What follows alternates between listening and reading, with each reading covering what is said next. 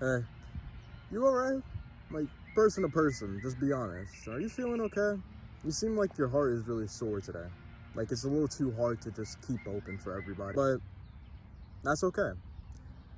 See, spirituality is actually meant to help these sort of problems. So let's dive into the spiritual practices that just may be the one for you today. For the first practice, we're going to be starting off with actually one of my favorite practices, lucid dreaming. I'm sure you've heard about lucid dreaming in the past, being aware of dreaming while you're still sleeping.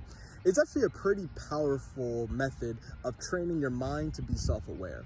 It's really good to gain those extra hours in your day by being able to stay lucid in the dream state. The second one is astral projection. At first, when I was doing astral projection, I didn't actually know what the point of astral projecting was until I kept doing it.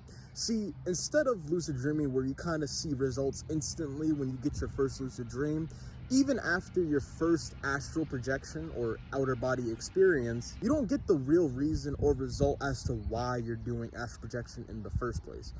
And my realization was that it's for higher consciousness, being able to connect with entities or energies or dimensions outside of our normal comprehension. Because see, our brains and our minds are actually really different.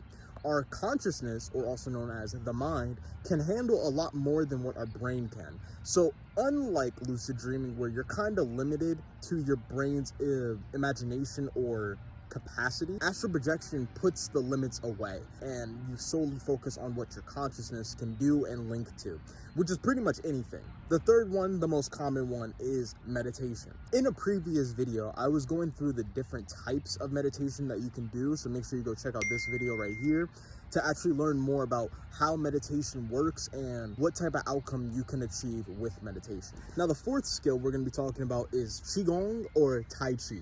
These are two separate practices, but both of them gain the same result: energy manipulation and energy connection. These two practices are best for people that are more so restless when doing these spiritual practices, because Tai Chi and Qigong focus on physical movements to actually move the energy around you and within you. Now, I know I just mentioned a bunch of different spiritual practices that you probably heard of and probably haven't heard of. That is perfectly okay. But the main point behind spirituality, in my opinion, is to find your purpose. That is what I found at the end of my journey of figuring out which spiritual practice I really wanted to dive into.